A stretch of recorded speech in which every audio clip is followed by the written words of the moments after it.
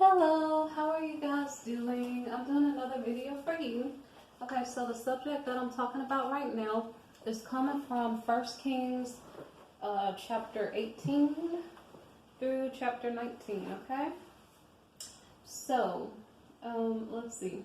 So I'm talking about Elijah, okay? And I'm saying it wrong, Elijah. It's kind of hard to make sure I say it correctly, okay? So the reasons I'm talking about him is because, okay, so 1 Kings 18:46. Okay, let me go there. Okay, so basically what's going on in 1 Kings, there was some type of drought going on, and so there was a king named King Ahab. He was king of Israel. And so the king Ahab wasn't really the friend of Elijah the prophet.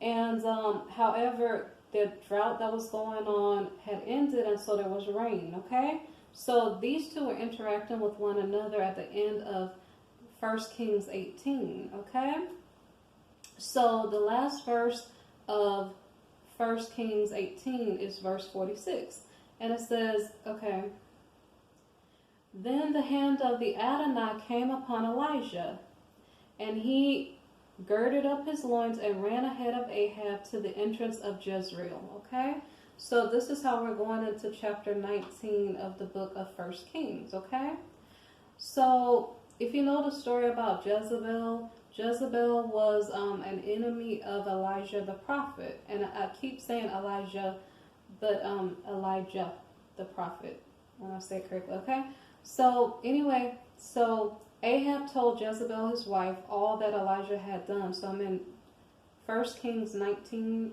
verse 1, okay? Also, how he had executed, I'm sorry, I don't want to say what happened. Ahab was kind of an enemy of the righteous prophets because of his wife, okay?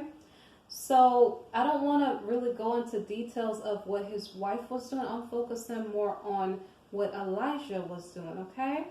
So, what is going through the mind of Elijah in 1 Kings 19?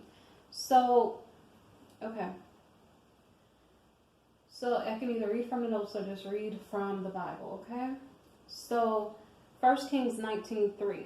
So because Elijah saw that King Ahab and his wife were against the prophets, he basically ran out of the city, okay? He went to Beersheba, okay, which belongs to Judah, and he left his servant there, okay? So anyway, okay, I'm going to read from verse 4. But he himself went a day's journey into the wilderness and came and sat down under a broom tree, okay?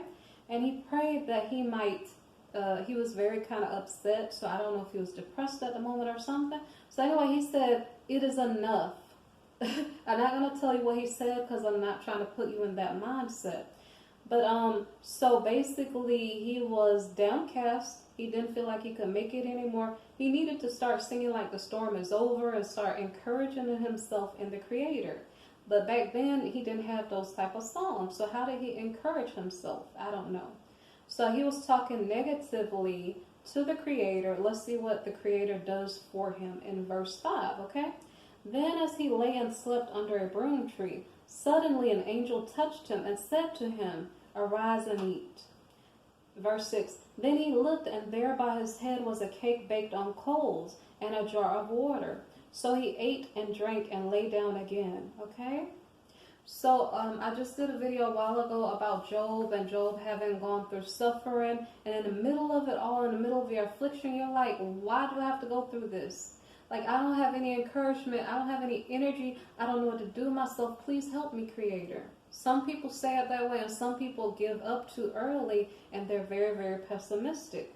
Well, Job, I don't think Job gave up too early, but I think Elijah, in this story, he was giving up too early. And so in life, I don't encourage you to give up on yourself too early. Please pray. Please sing some praise songs, lift up your energy, or hang around good friends, okay? Something like that. Do something to pick up your energy so you're not so downcast you don't have energy to keep going, okay? So anyway, so let me see. So I said, then he lay and slept under a broom tree. Suddenly an angel touched him and said, arise and eat. Then he looked, and there by his head was a cake baked on coals and a jar of water. So he ate and drank and lay down again. So, like I said, in that moment when you felt like you didn't have any energy, this happened for Hagar too. When she was in the desert wandering around and she kind of had given up, and then there was hope for her. So I don't know if that's when miracles come sometimes, when we forgot that there was a creator who loves us and cares for us and has the ability to help us, okay? So there he had the angelic help there that was helpful to him. Okay, now verse 7, and the angel of the Adonai came back the second time and touched him and said, arise and eat, because the journey is too great for you. So Elijah is escaping because he knows he's in a dangerous place, because they don't respect the prophets there, because the wife of the king does not have good energy, okay? And so, and when I say that, that means she's not worshiping the righteous creator. She's doing other stuff that's not so good, okay? So, let me see. So in verse 8, so he arose and ate and drank, and he went in the strength of that food for 40 days and 40 nights. Can you imagine what type of cake was that? Cake and water that held him for 40 days and 40 nights. So he went all the way to Mount Horeb, the mountain of the Creator, okay? And there he went into a cave and spent the night in that place. And behold, the word of the Creator came to him. And he said to him, what are you doing here, Elijah? So he said, I have been very zealous for the Adonai Erevat of hosts, and for the children of Israel, because they have forsaken your covenant, torn down your altars, destroyed your prophets, and I am alone am left, and they're trying to bother me to try to make sure that I'm not able to do my job. So I'm translating it so I don't have to be negative, okay? So in verse 11 it says, then he said, go out and stand on the mountain before the Adonai. And behold, the Adonai passed by, and a great strong wind tore into the mountains and broke the rocks in pieces before the Adonai. But the Adonai was not in the wind. And after the wind, an earthquake. But the Adonai was not in the earthquake. And after the earthquake, a fire. But the Adonai was not in the fire. And then listen. And after the fire, a still small voice. So it was when Elijah heard it, that he wrapped his face in his mantle, which is like some type of cloth he had. I don't know if it's like a cloak. And then went out and stood in the entrance of the cave. And suddenly a voice came to him and said, what are you doing here, Elijah? So he said, I have been very zealous for the Adonai Erevat of hosts, because the children of Israel have forsaken your covenant, torn down your altars, and destroyed your prophets with the sword. I alone am left, and they seek to destroy my life, he's saying, okay? Then the Adonai said to him, go, return on your way to the wilderness of Damascus, and when you arrive, so he's giving him instructions to go anoint a new king over Syria, a new prophet, and a new king over Israel, okay? Okay, so I'm going to turn the page. Okay. So I don't know if there are more things that I need to teach you here. I'm going to kind of talk to you, I don't know for how many minutes. Okay, so in verse 18 here says, yet I have reserved 7,000 in Israel, all whose knees have not bowed to Baal, and every mouth that has not kissed him. So I don't know if I'm going to read further than that on this subject here. But what's going on here is that there was evil rulership in Israel. Elijah was an anointed prophet, and basically the spirit of the Creator was upon Elijah to do great works, okay? And because Elijah had to go, he went to go anoint Elisha, okay? Let me see what else I need to tell you here. Yet I have reserved 7,000 in Israel, all whose knees have not bowed to Baal, and every mouth that has not kissed him. Let's talk about being a part of the remnant. Let's talk about being a righteous person amidst, a land where people are not doing the right thing, okay? So, because Elisha, the son of Shaphat, he was in the right, he was in the right path, on his correct path, and so he was being called into ministry to follow after Elijah, okay? So Elijah departed from there, found Elisha, the son of Shaphat, who was plowing with 12 yoke of oxen before him, okay? Then Elijah passed by him and threw his mantle on him, okay?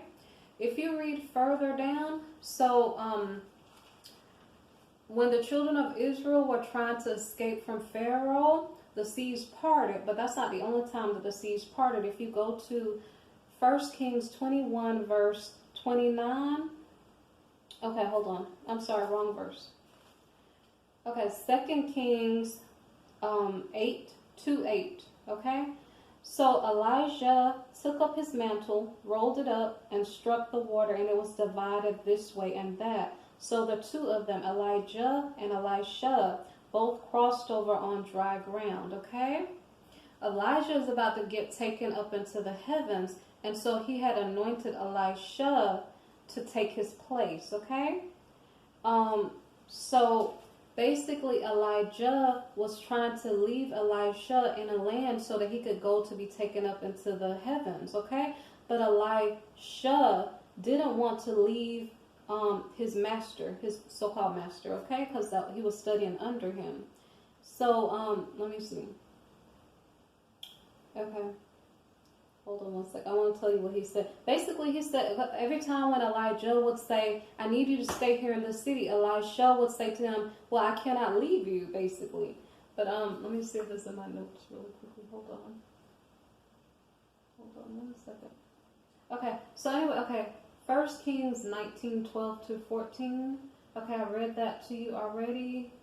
Let me see. Okay. So I went through those notes over there. I'm just trying to explain to you that basically Elijah left his mantle when he went up into the heavens. His mantle fell down on the ground. Elisha, the following prophet, saw it, took it up, and he was able to part the waters also. Okay. Now the way that Elisha did it, he did it a different way. He took the mantle of Elijah that had fallen from him and struck the water and said, where is the Adonai Erevat of Elijah? And when he also had struck the water, it was divided this way and that, and Elisha crossed over.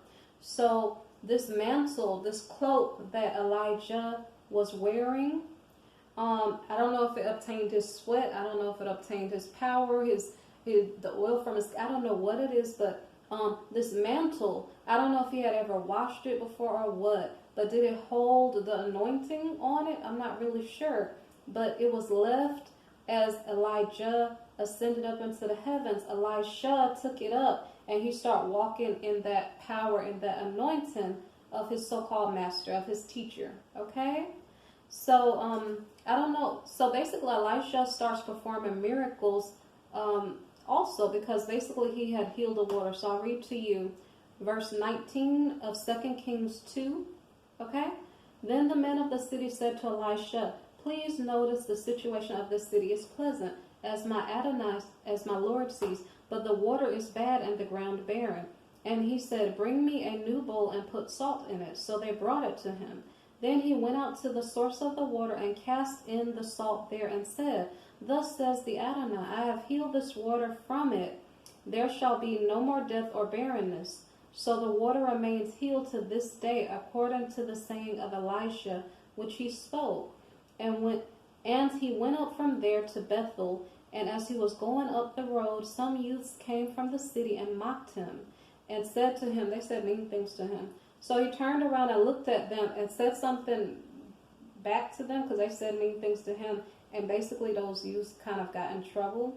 So basically Elisha had power. When he spoke, he had power. Elijah had power too. So they were both prophets of the Creator doing unusual things during a season where people, the children of Israel, were under unrighteous leadership. Okay? So I don't know if the times that we have recently seen have spawned some Elijahs and Elishas to do something new, to do something different, to speak good words amidst all of the trouble that was going on, and or to do signs and wonders. I don't know, but I'm just sharing this message with you because maybe that was the message I came across today about anointings and I guess being different, not bowing down to the different idols around you and standing up for what is right. Okay? I hope you stand up for what is right. I appreciate you listening to my channel. Please like, share, comment, subscribe. Okay, thank you.